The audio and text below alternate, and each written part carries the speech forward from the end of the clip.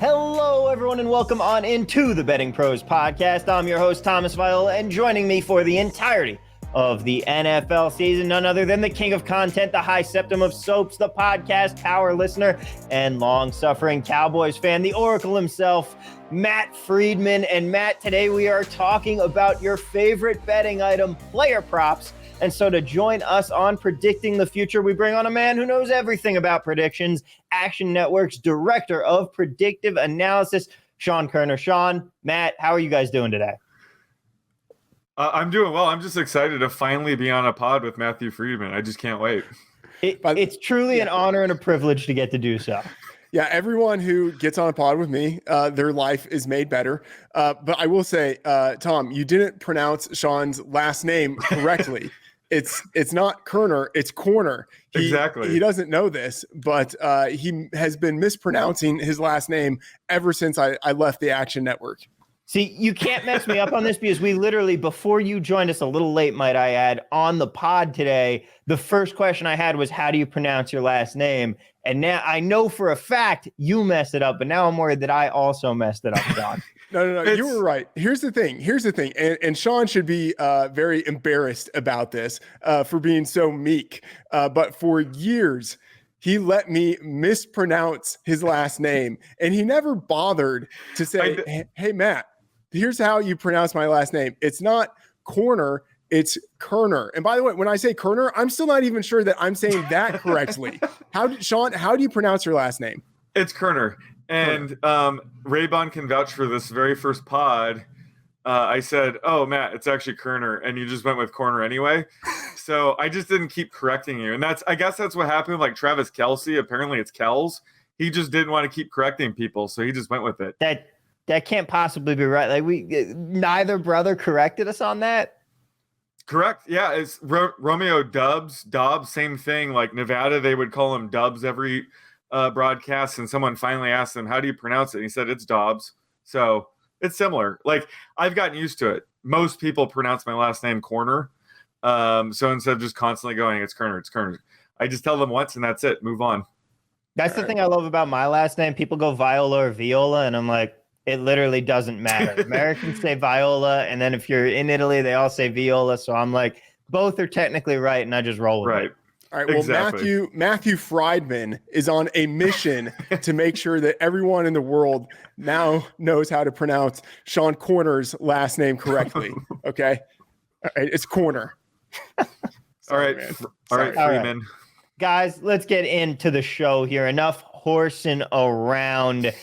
Guys, we're talking player props today. And so the first question that I want to ask you guys is, what is the process like? Both of you are masters of the art of projection.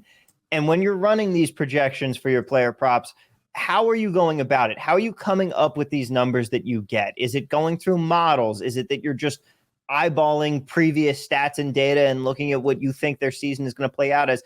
How does the scientific process get started here? Sean, we'll start with you. Yeah, so it's a lot of math involved, a lot of different ways. I'm not going to tell you everything, but just in general, I am projecting like a week's worth of data, like a week of games. That way I can kind of see if everything fits. So I'm not going to be projecting the Rams for 5,000 passing yards and only giving like 4,500 out to the rest of the team.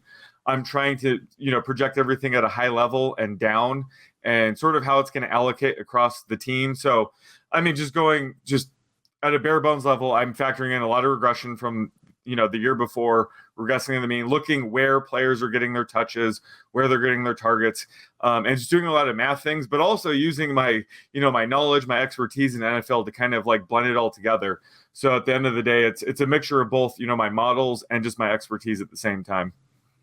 So, yeah. So it's a combination here of that expertise, but then you all are also picking out models, picking out an algorithm that you want to use and kind of modeling it all through that. Yeah, and just knowing for every player is different. The range of outcomes and what you're trying to accomplish dictates what projections I would use. So if we're talking about season-long player props, total like passing yards over under 4,000 passing yards, I'm going to be focusing on his median projection. Whereas if you're focusing on a market like most passing yards, I'm going to be focusing on their ceiling and they're the high end of the range of outcomes. So I'm kind of juggling both at the same time, and depending on what I'm trying to accomplish dictates what type of projections I'm using. Matt, how about you? Is there a crystal ball for the Oracle? No, I'm a moron when it comes to projections, and Sean can vouch for this. It's not to say that my projections are awful for the purposes of for doing props, because what I did find was that even though my projections, if I turned them into rankings for fantasy, they weren't as good for that. They were still directionally correct a lot of the time when it came to going into the prop market and seeing if there was value on something. So as Sean said, I think it depends on what you're using your projections for. But Sean's top-down approach, that is very much how I did projections. I normally don't do projections anymore, but and I'd like to get Sean's thoughts on this. I think this is a weird year for the prop market. And so, and I'll just kind of put my thesis out there, what I've seen. For the past 5 years, you've been able to look at a sharp projection set, whether it's Sean's, whether it's someone like Mike Clay at ESPN, whoever it is that you trust to do projections. You've been able to look at their projections, compare it to the props in the market, the season-long props, and see a ton of unders that you would be able to bet. And this year, it's pretty different. A lot of sharp data sets have projections that are now pointing to the over. It's as if the books did their normal thing of creating projections and then cut like 20% off of what they would normally have and then released those lines. So there aren't nearly as many under bets just based on consulting projections as there normally are. And when I saw that, I thought okay, I don't really want to make projections, but this year I'm just going to do like a very quick and crude set of projections to see if I'm able to replicate some of the things that I'm seeing from other people who actually put a lot of time into their projections. And sure enough, yeah, my projections were pretty much in line with them. And it seems as if the books have wisened up this year. Sean, have you noticed that? Oh yeah, absolutely. The lines are a lot sharper now. And I think part of it is the extra game involved.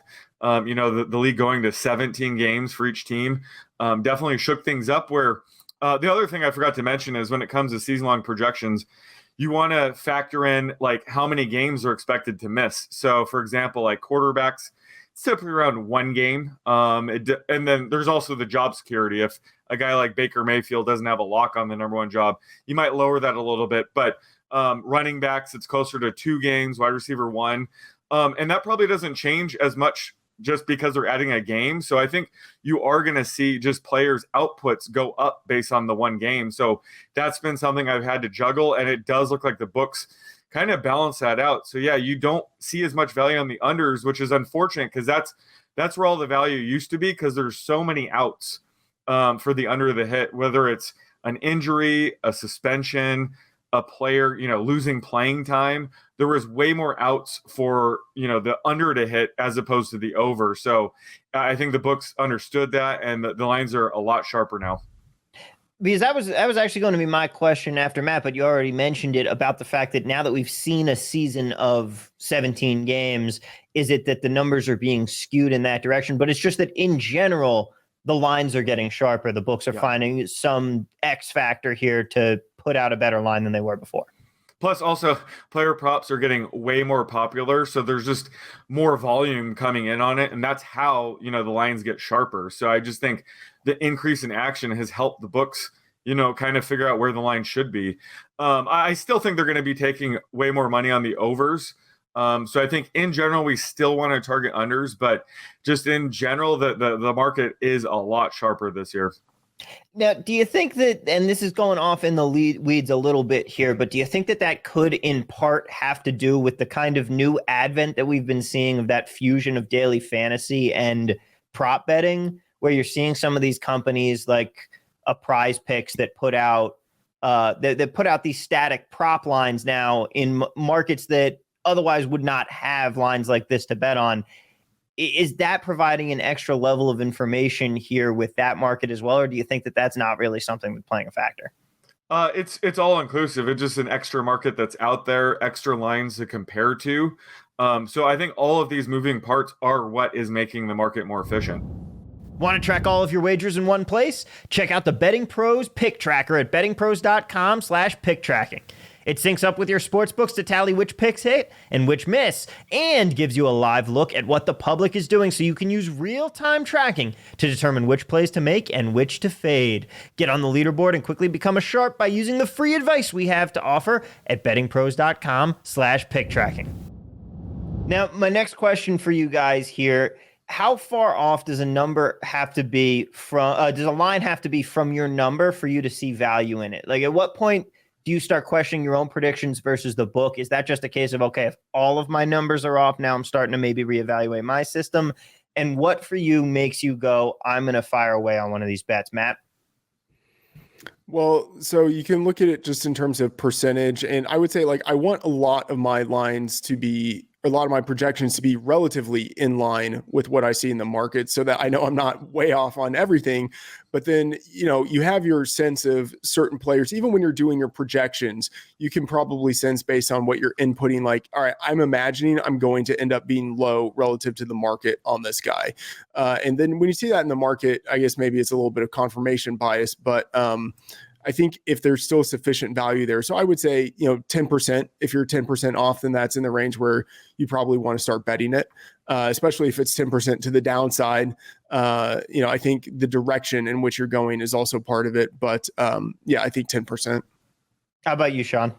Yeah, like the 10% rule seems fair to me. And I think, honestly, it's going to come down to a case-by-case basis. This goes back to what I was saying when it comes to just the range of outcomes.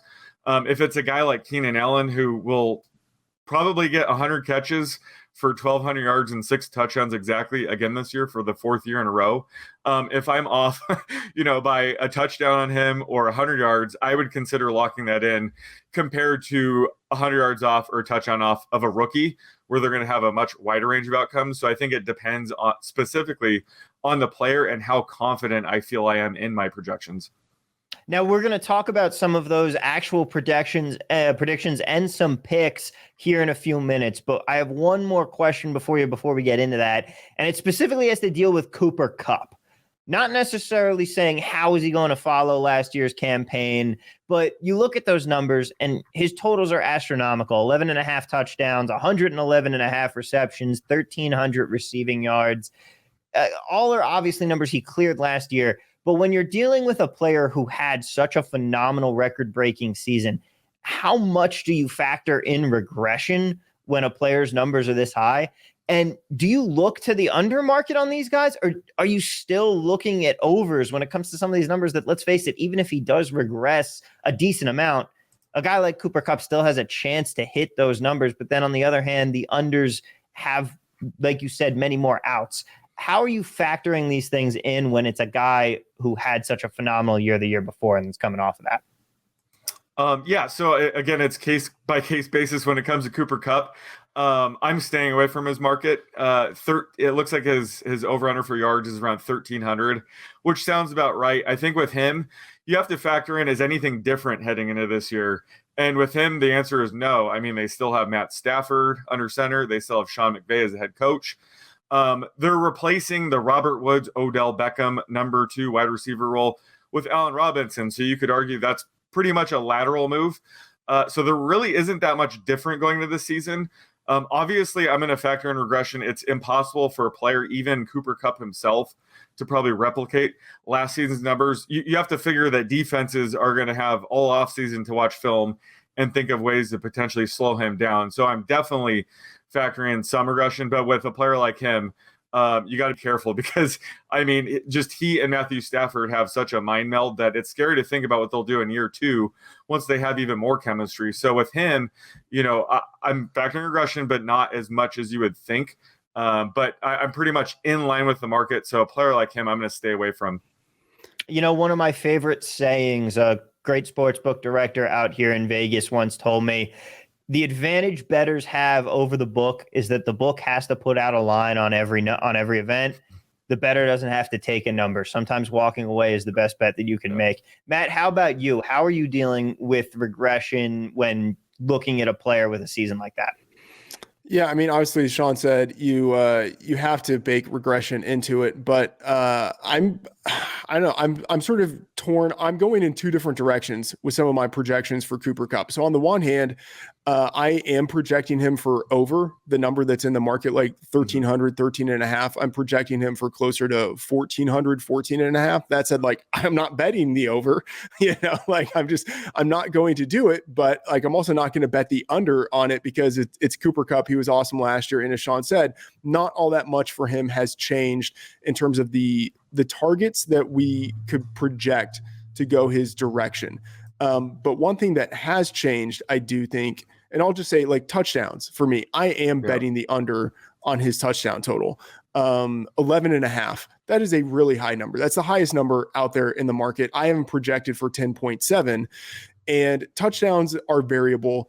And I think even if the target share stays the same, that doesn't mean he's going to get as many long touchdowns and as many targets inside the 10-yard line.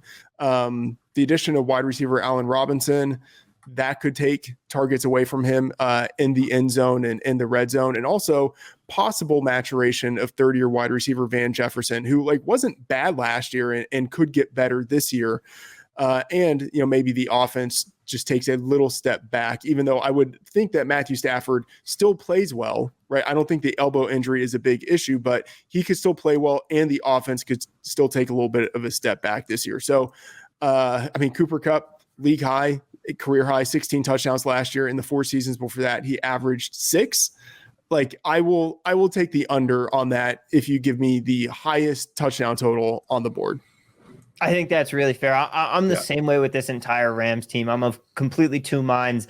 I distill it all down to the fact that Matthew Stafford two quarterbacks led the league in interceptions last year with 17. Stafford and Lawrence. Talk about variable of outcomes right there.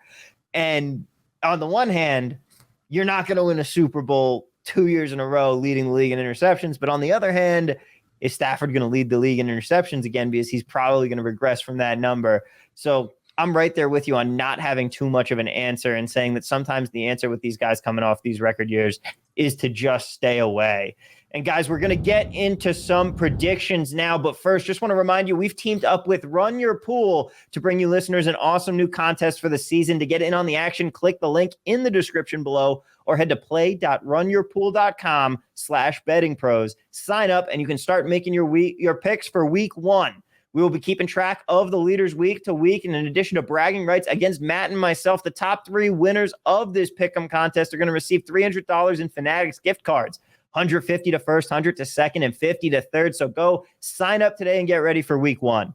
Run Your Pool is the home of competition, bringing sports fans and their social circles together to compete, connect, and make every game matter more. RYP offers every type of game under the sun, from Pick'em and Survivor to fantasy pools. It's a one-stop shop for sports gaming with customizable features that you don't get anywhere else. Get your crew together this season at RYP in a Pick'em contest, Survivor pool. They even have squares and margin pools you can use. So check them out at runyourpool.com today and sign up and compete with Matt and myself as well in our Pick'em contest. Matt, you are going down, but right now we're going to be picking out some of your favorite player props. Guys, I'm going to start off with you, Matt. What is one of your top 5 props for the season? Okay, well, I will say that I know Sean has a prop that is correlated going the opposite direction with this one. And I'm picking this just because I know that Sean is doing that. But it's in the running to be one of my top 5. And I'm going Skyy Moore under 680 and a half yards receiving. I have this projected for 658. You can get it at DraftKings minus 115. So I'm not like all that far off. It's just like in my projections, I know that mine are skewing high. So the ones where I am under, like that's a pretty clear sign of where I'm seeing value. I would not have anticipated before we saw preseason games that I would be betting the under on Skyy Moore's yardage total. And I think he has a world of upside, which Sean is going to touch on. But to this point in the preseason, Moore has been behind Juju Smith-Schuster, Marquez Valdes-Scantling, Mecole Hardman, and Justin Watson. Like the fact that he's behind Justin Watson, that is really what blew my mind when that we saw in week 1. Hardman played with the first team. Watson played a little bit with the first team. We didn't see that at all for Skyy Moore. And then in week 2, Juju was out, Hardman was out. Watson was getting more run with the first team than we saw from Skyy Moore. So it's not to say that Watson and Hardman will stay ahead of him for the entire season. I imagine that at some point he overtakes them. He has the talent to do it, but I think that it won't happen early enough in the season for him to hit the over based on how we have seen the team use Hardman and Watson so far. Matt, hang on a second here. I'm getting a request to join the show from Derek Brown to come on and just absolutely yell at you for the Skyy Moore slander. I'm going to turn him down, but instead I'm going to turn to you, Sean. Can you make the case the other way? I know that's one of your favorites. Yeah. So when it comes to Skyy Moore, he's one of those players. I have a wide range of outcomes for him. So I could take Freedman's point about his median, taking the under there. Because he does have a wide range of outcomes, but I do like him in the market for most receiving yards by a rookie at 12-1, because this was one of my favorite landing spots of all of the rookie wide receivers in the first couple rounds. There's going to be a ton of targets up for grabs with Tyreek Hill gone. Patrick Mahomes is still going to throw for a ton of yards this year, so it's going to have to go somewhere. And Skyy's been getting rave reviews all camp. I haven't been too impressed from what I've seen in preseason, but he's been seeing a couple deep shots here and there from Patrick Mahomes, and that's what I was looking for. But when it comes to the rookie wide receivers, guys like Drake London, Chris Olave, maybe even Garrett Wilson, I would consider have a higher floor. So I'm projecting them for more yards heading into the season. But when it comes to a ceiling, I think Skyy Moore has one of the higher ceilings, just considering he's going to be on a passing offense that averages 30, maybe 50 yards more than any one of those wide receivers. So there's going to be more yards up for grabs. And the AFC West is going to see a ton of shootouts this year. So Skyy Moore is a player who his ceiling is going to be much higher than the other guys I mentioned. So getting him at 12-1, I think is a steal. But I'm not going to touch his median, his odds of 680 yards. I think that's fair to where, it could go either way, but in terms of ceiling, I love getting him at 12-1. And I do like what Sean said there, because I agree at 12-1. I think that the ceiling case offers value there, given the landing spot, given his talent, the second round pedigree, and the situations also with some of the rookies in this class where, Garrett Wilson, he looks like he's playing behind some other guys right now. Right. Treylon Burks. I mean, I'm going to talk about him later. That's what we call a tease in the business. But yeah, some of these rookies I'm not really impressed with. So getting the upside with 12-1 with Skyy Moore, I actually do like that, even though in the median, I'm going under on his yardage total. All right, Sean, we're going to go back to you here since we started out with Matt. Give me prop number 2. So I love Amon-Ra St Brown under 5.5 receiving touchdowns. Last season as a rookie, he scored 5 touchdowns on 90 receptions. That was a 5.5% touchdown rate. And using the implied odds by the sports book, they're projecting him for 5.5 touchdowns on 78.5 receptions. That's a 7% touchdown rate. And I'm not sure we can expect Amon-Ra's touchdown rate to jump up that much, especially when you consider the type of wide receiver he is. He's going to be Jared Goff's number one target, moving the ball down the field. But once they get near the goal line, he falls down the pecking order quite a bit in terms of targets. Just looking at his 119 targets last year, only 4 of them were in the end zone. And those are the most predictive type of target when it comes to receiving touchdowns. So typically you would expect a guy with 4 end zone targets on 119 targets total to score about 3.8 touchdowns. So you could argue he actually got lucky scoring 5 last year. So heading into this season with DeAndre Swift, TJ Hawkinson back to 100% health, with DJ Chark, potentially Jameson Williams down the road, he's going to have a lot more competition when it comes to targets. So that's why the market is projecting him for about 14 less receptions this year. But they're projecting for a half more touchdown, which doesn't make sense. So this is a market I like to take advantage of Amon-Ra St Brown, even though I do like him heading into the season. I love him in fantasy. I think he's a high floor guy, but when it comes to touchdown output, I don't see him, clearing 6 or more touchdowns more than 50% of the time. I'm very surprised by the bold decision to pick that prop and also pick your choice of headgear for this episode. I want to make it clear that I still like the guy. Again, I still like him in fantasy. He's a high floor guy, but just when it comes to this specific market, I'm a little bit bearish on. I just want to make that clear with my hat choice. See, I figured you were just really hyped by the Lions' appearance on their new HBO show.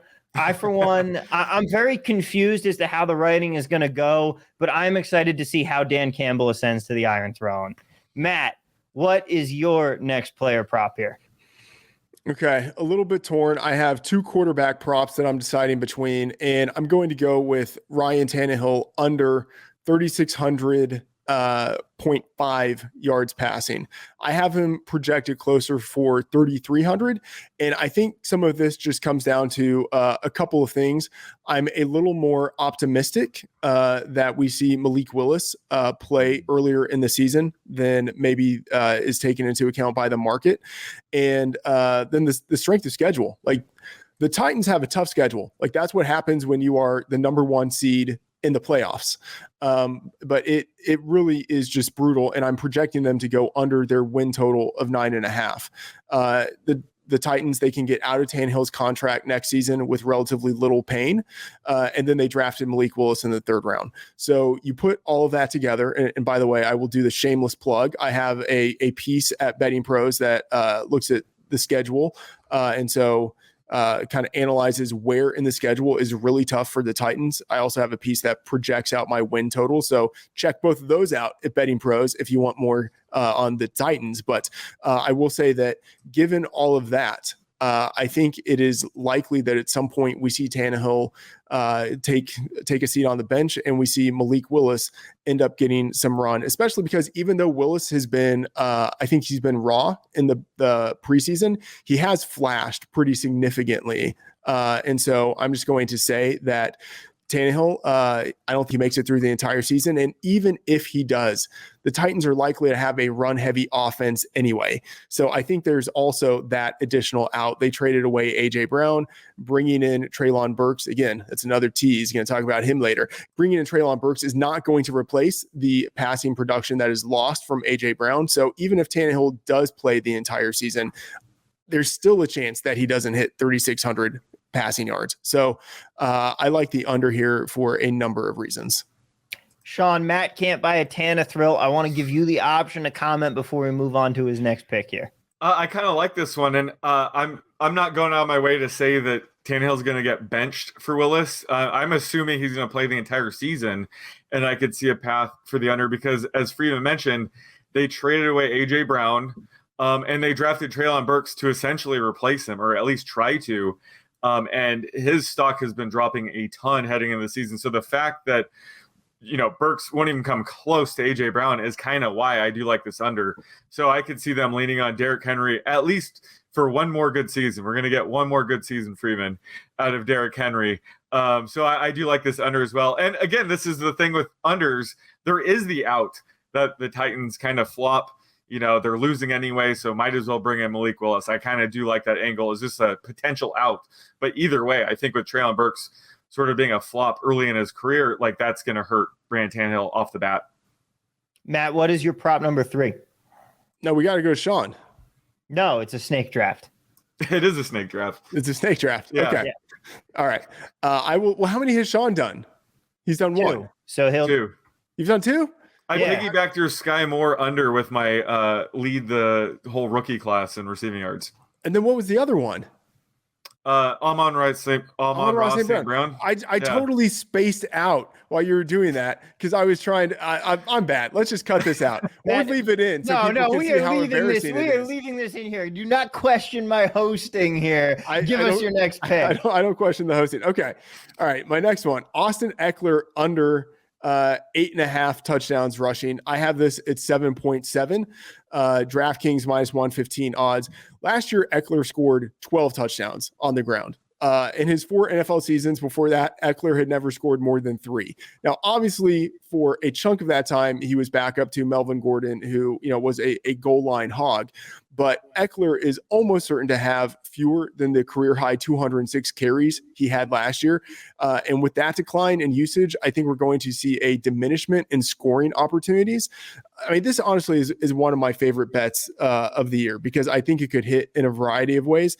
Maybe the team just wants to try to keep Ekeler a little bit healthier, and they don't use him in short yardage situations as much. They just drafted Isaiah Spiller in the 4th round, a bigger bodied guy who's younger, who could handle a little more of that grind between the tackles. Or maybe they just use Ekeler a little bit less in the running game. However it is, 8.5 for a guy who is as small as Ekeler is and who's gone over this number just once in 5 years, that feels like a pretty high number. All right. I mean, I can't really disagree with you. I think the regression monster is always prone to hit. The only thing going against you there is that Austin Ekeler is in fact an anagram for Ukraine steel. Sean, now you are up. What are you thinking? I like Justin Fields over 500.5 rushing yards. This is probably one of the few overs I like on the season. I just think this has a really high floor, because if you think about it, he rushed for 420 yards in just 10 games as a rookie last season. 351 of those yards came off of scrambles. Those are the most sticky type of, rushing production from a quarterback.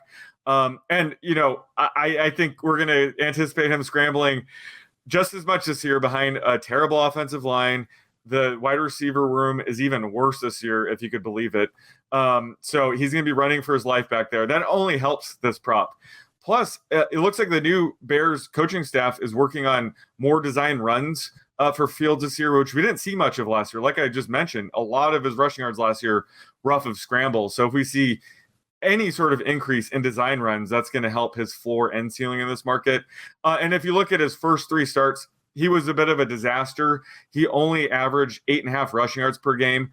Then once he got a bit more comfortable, he ran for 52 yards per game over his final 7 starts. So I think it's clear for him to be an effective NFL quarterback, he's going to have to run. So that's why there's a ton of things I like about this market. Again, I'm not really a fan of betting overs, but as Freeman mentioned earlier in the podcast, the market has kind of factored that in. So I think there is some value on some of these overs, and a QB rushing prop like this. I think there's greater than like a 60-65% chance of going over. I'm projecting him closer to 600, 650 in this market. I love this bet. And as Sean said, normally we don't like to go overs, to go with the overs, but he's a little more optimistic of a person than I am. I'm bringing all unders to the show, but if he is going with the season long over, not, looking at the futures market, looking, like rookie to have the most yardage, but at a pure over, this is the one that I like the most out of any of them that I've seen. So kudos to Sean. And also, this offensive line, like, he is going to be scrambling. We have this ranked as the worst offensive line in our rankings at Fantasy Pros. And I honestly don't know if it's close. I think this is the worst. That is not great right there. And I was actually going to say it before you guys both brought it up, that offensive line being so bad is one of the great things to get you more of those scrambling yards. And he's going to be one of those running quarterbacks, because again, like you also said, the receiver room is not inspiring any confidence. The only hope that I have here is that you don't have Matt Nagy calling plays. That's always a nice thing to have. That's a good boost, which even gets you even better in that over market. Sean, we stick with you here. Give us prop number 4. Oh, man. So I love this prop. It's Joe Burrow to lead the league in passing yards at 12-1. I feel like this is one of those props where at the end of the year we'll be like, wait, why was he 12-1 to lead the league in passing yards? He really started to break out over the final 5 games last season. He ranked number 1 in like all the key metrics I look at for quarterbacks, which is why I backed the Bengals pretty much the entire playoffs. So he should be even better in year 3. He has arguably the best wide receiver trio in the NFL. And I actually think Hayden Hurst is going to be an upgrade over CJ Uzoma at tight end. He's a first round talent. I think he's going to be really good this year. So Plus, you factor in they upgrade the offensive line. It's going to give them even more time to throw, to target T. Higgins and Jamar Chase downfield. So I just think we haven't seen Burrow's ceiling quite yet. It could be this season. And then when you look at the other quarterbacks at the top of this market that I would consider co-favorites, Patrick Mahomes, Aaron Rodgers, Dak Prescott, they all lost their number one target heading into this season. So I think you can lower their ceiling a bit. And then Matthew Stafford, Freeman mentioned it, he's dealing with an elbow injury. It's not a big concern yet, but it is, a potential concern. So I think just even Matthew Stafford, you could throw in that bucket of quarterbacks where there's reason to be a little bit more bearish on him heading into the season. So I think given Burrow's been out with his, they pulled out his appendix. It's been kind of quiet with them. So he's kind of sneaky right now, 12-1 to lead the league in receiving yards. I just love his ceiling this year. I mean, throwing yards, not receiving yards, but shit. Passing yards. Yeah. All good. But I was saying this on last week's show. I was talking about the 49ers, but I brought up the point of I don't understand why people are targeting the Bengals so heavily for regression. On the one hand, I do get they absolutely played to their utmost ceiling last year as a team with what they had.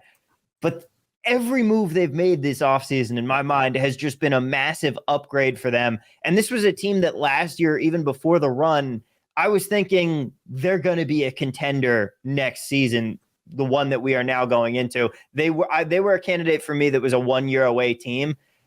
Yes, they could regress a little bit, but I don't think it's going to be nearly as much as a lot of people are saying. That 9.5 win total is looking awful juicy to me for a team that I think is going to be one of the dominant forces in the league. Matt, do you agree with us, or are we crazy?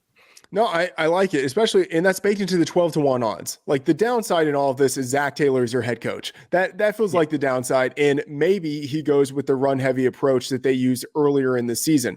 But with 12-1 odds, like that's baked into it. So you're looking at the ceiling case, not the median case in this market, and the ceiling case is there for all the reasons that you guys laid out.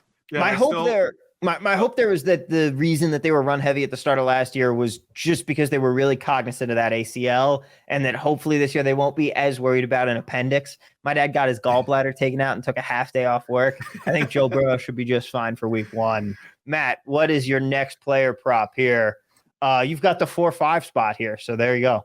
You sure we shouldn't go back to Sean? Can I keep on making that mistake? Okay. I've teased Treylon Burks long enough. Treylon Burks under 57.5 receptions, or Treylon Burks under 725.5 yards. Either way, like, I don't care. It's basically the same bet. I prefer under 57.5 receptions, but honestly, if you just wanted to get down more money, you just bet on both of these. Bet the under on both of them.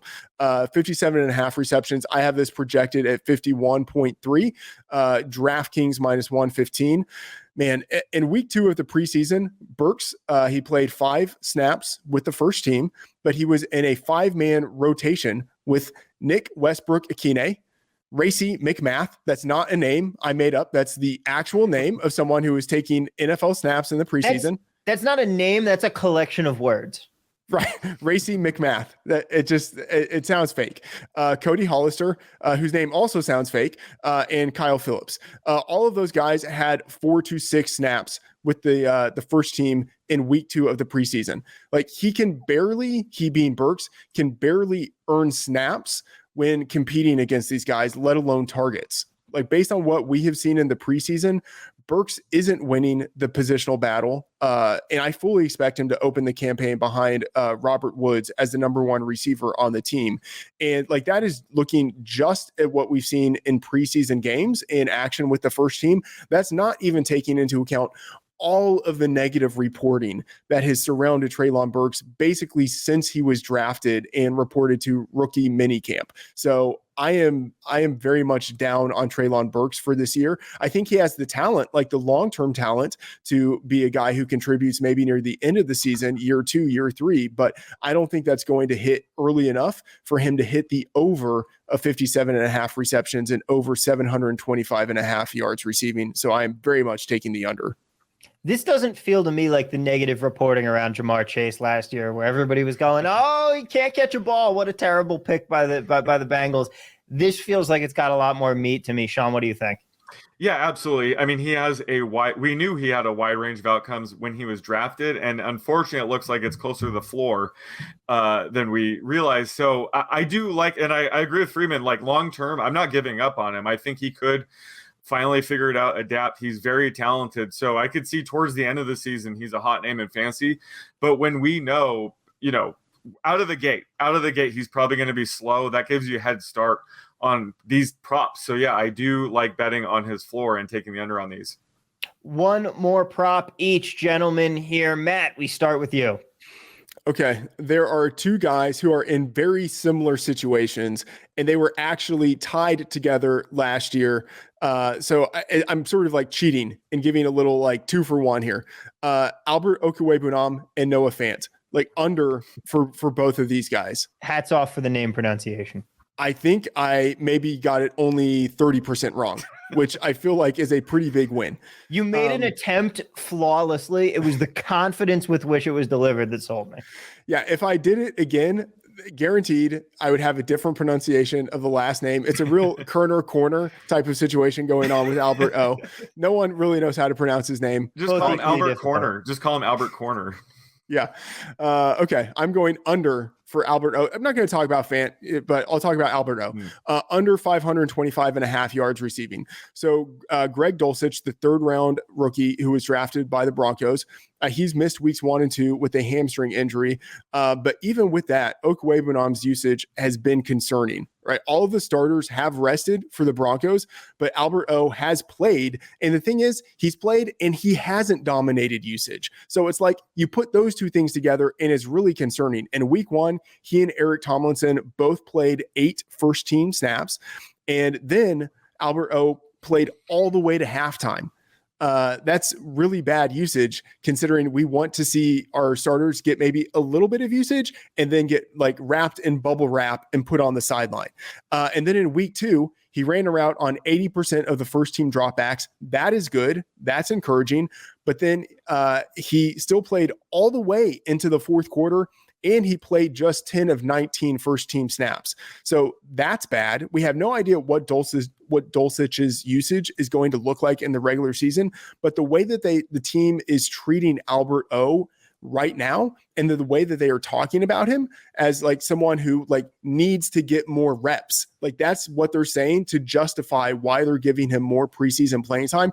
That's not a good thing. That's not something you say about someone who is a locked in starter. And if Albert O is not a locked in starter, 525.5 yards receiving feels way too high. Sean, what do you think? Yeah, no, I'm probably staying away from this prop just because Tim Patrick's injury does clear a path for Albert O to potentially be the number 3 target. But I do take Freeman's point. I think this is one of those props out there that there is a potential out where obviously every player, if they get injured and miss time, the under's going to hit. But yeah, with Greg Dulcich, it's unclear how this is going to shake out. So there is potential that Albert O could get leapfrogged by him. So that's a potential out for the under. But either way, I'm probably just staying away because it seems like there's a wide range of outcomes, especially with Tim Patrick out, that usually these I stay away. There is a wide range. I freely admit that. And I was very bullish on Albert O the moment that the Noah Fant trade happened. I thought both of those guys would be freed, but they still find themselves right now, it looks like, in tight end committees, which is really frustrating. I'm also just a little bit inclined to say that last year's rookie tight end fiesta, like there isn't always a Kyle Pitts there. A lot of these rookie tight ends do struggle a little bit with the physicality and speed of the NFL game at first in their careers. And it's like that second season where we start seeing these guys take off. I think that could come into play here as well. But Sean, what is your final pick here? So I like taking these long shot props because, a lot of these props, were limited. I don't like tying up money on, 50-50 props. So I like swinging for the fences. This has to be my favorite prop going right now. And it's Najee Harris to lead the league in rushing yards at 20-1. 20-1. Are you kidding me? I just love the value we're getting here because he's entering year 2. He's only 24 years old. He's going to be able to handle another massive workload this season. The Steelers attempted 664 passes last year. which is 4th most in the league. That had a lot to do with Big Ben just being ridiculously inefficient. So either way, I think they're going to be a little bit more balanced this year. So we could see even more carries for Najee Harris. Plus, he has almost zero competition for touches, which helps in a market like this. The only thing you can kind of poke at is his 3.9 yards per carry last year, which I'm putting the entire blame on the offensive line. And I'm not saying it's going to get better this year, but just when it comes to projecting yards per carry, it's a very fickle metric. So that could bounce back the other way this year. I wouldn't be surprised if he ends up averaging, 4.2 or 4.3 yards per carry. Combined with his volume this year, that makes him very viable in this market. And just running backs in general are very fragile. So if a Jonathan Taylor or Derrick Henry were able to just miss 1 or 2 games and Najee were to play the whole season, I mean, he's going to look very good in this market. So I just love the value we're getting at 20-1 Najee Harris to lead the league in rushing yards. All right, Matt, any final thoughts on that? No, I love it. I mean, 20-1 feels ridiculous for a guy who has, I mean, I wouldn't say he's Derrick Henry. He's not, but who has like that Derrick Henry type of body and could probably sustain a really big usage. Like, there's value in 20-1. I think the other benefit there is that he can sustain a really big usage while it won't also be the Derrick Henry body onslaught that inevitably leads to him getting hurt before the end of the season. Like, it'll be that nice balance of you're getting a ton of yardage, but you're not necessarily getting all of the wear and tear that could lead you to getting sunk by a late season injury that just ends you right before the final push. Guys, it has been a pleasure having you on here, Sean, Matt. But it was a great time. Thank you so much. Sean, where can people find you and the great work that you're doing? You can find all my work at actionnetwork.com, and you can find me on Twitter at _oddsmaker. All right. And Matt, of course, you can find at Matt F. the Oracle. You can find me at TV at Work. And guys, don't forget to follow at Betting Pros as well. Check out all of the awesome content that Matt is putting up each and every day, Matt. At this point of the season, each and every day, unfortunately. Yep. We are right back to it, guys. Stick around for next week. We are going to be heading into the NFL regular season, which means it's going to be time to talk about some more futures predictions. Going to be having a great guest on for that one as well. You do not want to miss it. But in the meantime, gentlemen, once again, thank you so much for your time. And guys, let's cash some tickets.